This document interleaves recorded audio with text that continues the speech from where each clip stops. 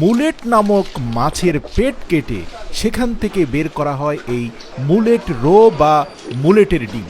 সোনালি এই মাছের ডিমগুলোকে বলা হয় বর্তমান পৃথিবীর সবচেয়ে সুস্বাদু মাছের ডিম এবং এগুলো যথেষ্ট এক্সপেন্সিভ। প্রিয় দর্শক, আজকের ভিডিওতে আমরা দেখব কিভাবে এই ডিমকে বিশেষ প্রক্রিয়ায় কয়েকটি ধাপে প্রক্রিয়াজাত করে মুলেট রোতে রূপান্তর করা হয়, যেটা পরবর্তীতে আপনি দেখতে পাবেন সরাসরি কাস্টমাররা বাসায় নিয়ে কিনে সেটার উপর ফায়ার স্প্রে করে অথবা সেটাকে ফ্রাই করে খাওয়ার চেষ্টা করে। চীন, জাপান, তাইওয়ানে অসুস্থ রোগীদেরকে দৈনিক একটি করে মুলেট রো সবজির সাথে মিশিয়ে খাওয়ার পরামর্শ দিয়ে থাকে ডাক্তাররা। এতে রয়েছে পর্যাপ্ত পরিমাণে ওমেগা 3 ফ্যাটি অ্যাসিড, যেটা মানুষের হার্ট অ্যাটাক প্রতিরোধে সাহায্য করে এবং শরীরের ইমিউন সিস্টেম তথা রোগ প্রতিরোধ ক্ষমতাকে বাড়ায়। তো চীন, জাপান, কোরিয়া এই 3 দেশেই মুলেট মাছের চাষ খুবই জনপ্রিয়। দেখতে অনেকটা আমাদের দেশের রুই, গ্রাস ক্রাব বা মিরকা মাছের মতো দেখা যেতে পারে, কিন্তু এই মাছগুলোর পেটে রয়েছে এমন একটা সোনালী সম্পদ যা যথেষ্ট মূল্যবান, এমনকি মাছের থেকে 5 গুণ বেশি মূল্যবান। চীনে বড় বড় ডোবা, চৌবাচ্চা এবং দিঘির মধ্যে এই মাছগুলোর বাণিজ্যিক চাষ করা হয়। আপনি দেখবেন যে ক্রেনের সাহায্যে বড় বড় বালতিতে করে বিশাল একটা ট্রাকের মধ্যে ফেলা হচ্ছে, যে ট্রাকে পূর্ব থেকে পানি এবং বরফের মিশ্রণ থাকে। এরপর সে ট্রাককে এনে প্রক্রিয়াজাতকরণের জন্য একটা প্রশস্ত উন্মুক্ত জায়গার মধ্যে ছেড়ে দেওয়া হয়। প্রিয় দর্শক, বাণিজ্যিকভাবে যারা মুলেটের চাষ করে থাকে তারা একসাথে কয়েকশো টন মাছ সংগ্রহ করে নিয়ে এসে ফ্যাক্টরিতে সেটাকে প্রসেসিং করে।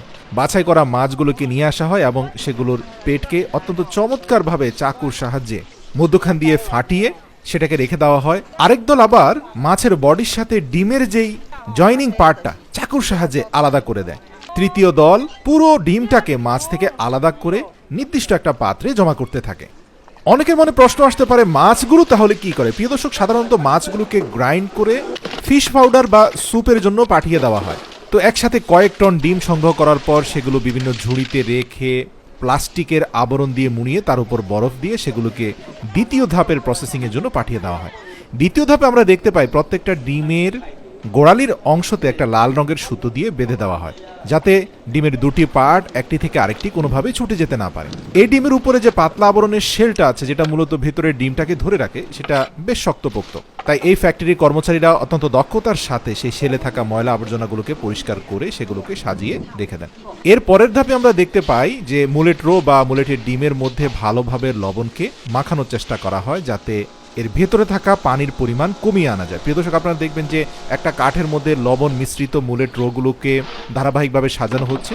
এই সাজানো ডিমগুলোর উপর আরেকটি কাঠের পাটাতন দেওয়া হচ্ছে, তার উপর আবার ডিম সাজানো হচ্ছে, তার উপরে আরেকটি কাঠের পাটাতন, এবং সর্বশেষ দেখা যায় যে ভারী কতগুলো স্কোয়ার শেপের ওয়েটগুলো দিয়ে বৃহৎ আকারের চাপ সৃষ্টি করা হয়। এভাবে অন্তত 8 থেকে 10 ঘন্টা রেখে দেওয়ার পরে ধীরে ধীরে মুলেটের ভিতরে থাকা পানির পরিমাণ একেবারেই কমে আসে। ট্রেডিশনাল ফ্যাক্টরিগুলোতে আমরা যেটা দেখি যে একসাথে অনেকগুলো মানুষ মুলেট রোগুলোকে ধুয়ে আবার সেই কাঠের পাটাতনটাকে ধুয়ে সেখানের মধ্যে ধোয়া মুলেটগুলোকে রেখে সরাসরি ন্যাচারালভাবে সূর্যের আলোতে নিয়ে যায়। ফ্যাক্টরিতে যদিও কৃত্রিমভাবে তাপ দেওয়া হয়, তবে এই ন্যাচারাল ওয়েতে সূর্যের আলোতে শুকানো মুলেটটাই বেশি জনপ্রিয়। তো এভাবে অন্তত 2 থেকে 3 দিন পর্যন্ত মুলেটগুলোকে তীব্র রোদে শুকানো হয়। এর ফলে আপনি মুলেটগুলোর উপরে তাকালে অনেকটা গ্লোসি চকচকে একটা ভাব দেখতে পাবেন। দূর থেকে এটাকে আর এখন আপনার মাছের ডিম মনে হবে না, মোটা কোনো আমসত্ত্ব মনে হতে পারে। তো প্রিয় দর্শক, এবার এটা কিন্তু সরাসরি সুপার শপ থেকে কিনে এনে বাসায় আপনি এটাকে ভিনেগারের সাথে মিশিয়ে এই মুলেট রোর উপরের আবরণটা ফেলে দিয়ে সেটাতে ফায়ার স্প্রে করে সেটাকে আলাদা একটা স্মোকি ফ্লেভার দেওয়ার চেষ্টা করেন।